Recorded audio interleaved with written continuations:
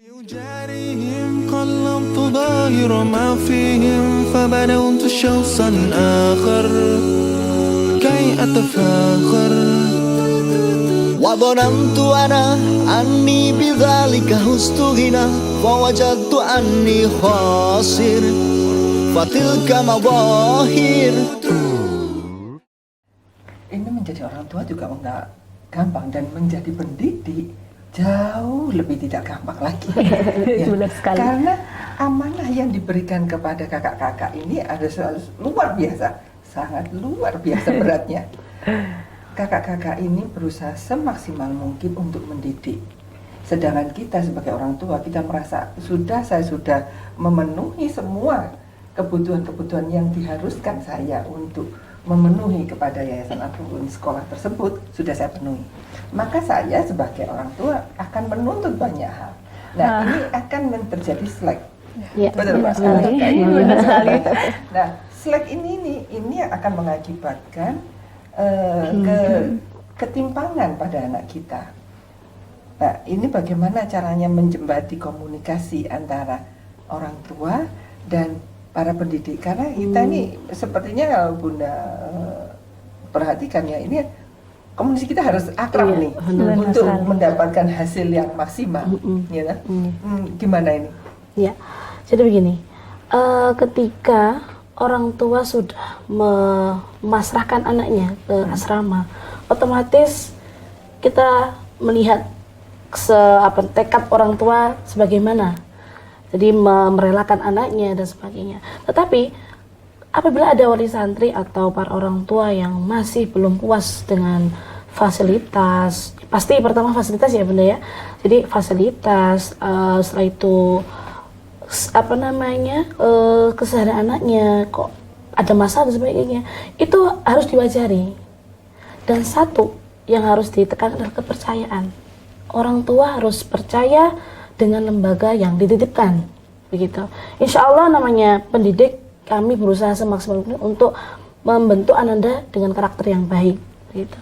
Jadi orang tua pun bersinergi dengan kami, kita saling musyawarah, kita saling berdiskusi bagaimana perkembangan anak ini, gitu.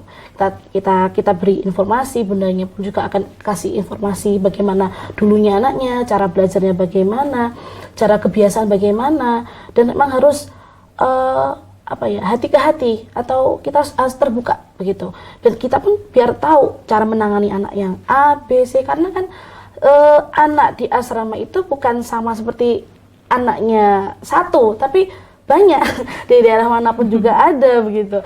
Jadi emang harus ada namanya memaklumi, memahamkan. Ketika anak ada masalah, bukan serta-merta orang tua mengiyakan apa kata anak. Kita dengarkan dulu, harusnya seperti itu Ibu Nage. Tapi kita lihat saat ini emang banyak orang tua yang sudah merasa memenuhi segala kebutuhan yang ada kewajiban yang saya sudah bayar, sudah seperti maaf ya, saya bukan materi karena kebanyakan terlihat dari situ. Ya, tentu. Iya. Saya sudah memenuhi kewajiban saya. Kali juga salah satu contoh di lapangan yang kami temukan Bunda, sebenarnya banyak sekali. Salah satu faktornya itu. Yang pertama kita temukan masalah, misalkan, Ustazah, saya sudah sudah 3 tahun ini menyekolahkan anak saya. Akan tapi sholatnya kenapa masih belum bisa benar, misalkan. Atau Ustazah, saya sudah menyekolahkan anak saya 3 tahun di pesantren, akan tapi kenapa masih belum istiqomah kesadaran untuk sholat 5 waktu. Contoh yang sangat ringan. Ternyata kita komunikasikan dengan bersama, kita lihat ternyata juga tidak, pendukungnya adalah hanya mendukung yang ada di asrama. Artinya hanya yayasan yang sangat menekankan untuk diwajibkan selalu benar sekali, selalu diingatkan untuk salat. Ternyata setelah pulang kita biarkan, bahkan kita tidak mengingatkan sebagai orang tua. Jadi di situ juga harus bekerja sama sebenarnya di situ. Kemudian yang kedua dari secara pakaian ya Bunda, pakaian di asrama kita selalu mengingatkan untuk syar'i, kemudian sesuai dengan yang sudah ditentukan, Akan tetapi setelah di rumah diajarkan lah selain itu, celana, mohon maaf, menggunakan celana, kemudian bahkan tidak berkerudung, itu ada, dibiarkan, itu tanpa kontrolnya orang tua. Artinya di sini kita lengah antara dua pendidik, ada di yayasan dan juga di rumah. Artinya dua-dua pendidik ini, baik guru maupun orang tua, itu saling bekerja sama dalam mendidik anak. Jadi tidak hanya di pesantren yang selalu ditekan untuk, bukan ditekan istilahnya, kita mendisiplinkan anak untuk mendidik anak lebih pemahaman cara berpakaian yang syar'i, kemudian cara bersolat dengan benar, kemudian kesadaran, membentuk kesadaran santri dalam sholat 5 waktu, itu juga perlu kerjasama dua-duanya, pendidik, baik guru maupun orang tua sendiri, seperti itu.